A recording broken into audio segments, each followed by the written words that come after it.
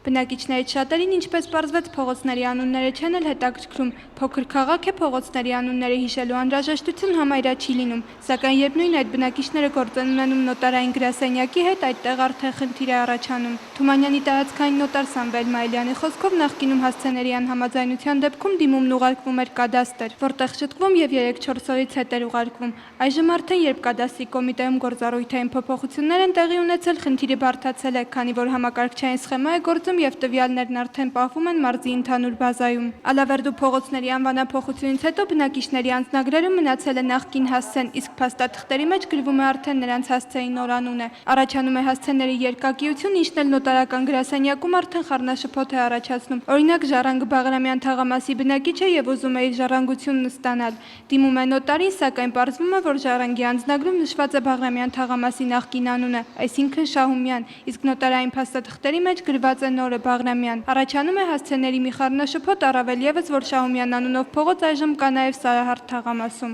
Ալավերդու քաղաքապետարանի քաղաքաշինության ու հողօգտագործման բաժնի պետ Գագիկ Սոխակյանն ասում է, որ իրենք Սարահարթ թաղամասի սեփականատերերի հետ խնդիր չունեն, քանի որ Սարահարթի շենքերի համարակալումը կատարվում է զանգվածներով, ոչ թե փողոցներով։ Դա ժամանակին է ձև եղել եւ դա եթե ասենք օրինակի համար մեկի 7 շենքը վերահասցավորենք Գայ փողոց համար 1 Գայ փողոցն է, Գայ փողոց համար 7 ու 9, դա մեծ դժվարություններ կառաջացնի եւ ժողովուրդը դա մի երեմի 50 տարի չի ընկալի, որովհետեւ Սարահարթը հիմնվել է 60-ական թվականներին, մարդիկ իրեն առաջի զանգված, երկրորդ զանգված, երկու շենք, 4-րդ շենք, 7-րդ շենք, դա շատ դժվար կլի, այդ ձևին առայժմ թողել են մնացել։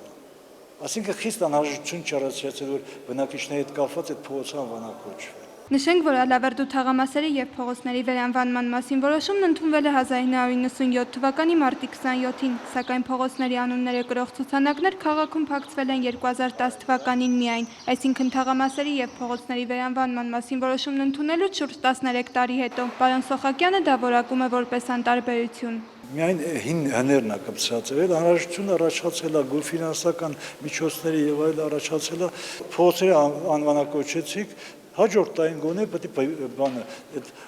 ուղեցույց բանը ստանդարտները կպցվեր, բայց մի քիչ անտարբերություն է ցուցաբերվել, ժամանակին ասել են գումար չունենք, բանը, բայց գումար հայթայթել է,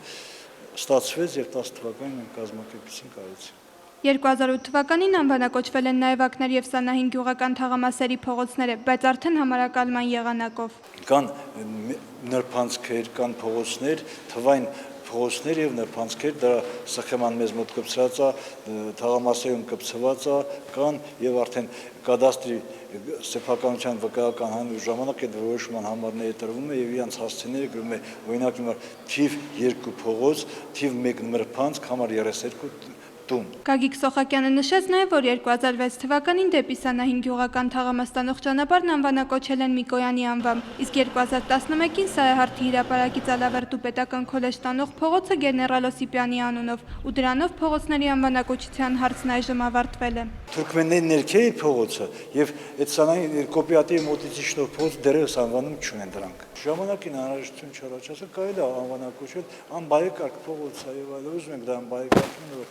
լավ անվանակոչություն տան դրանց։ Էմմա Պետրոսյան, Գևորգ Քոչինյան, լուրեր։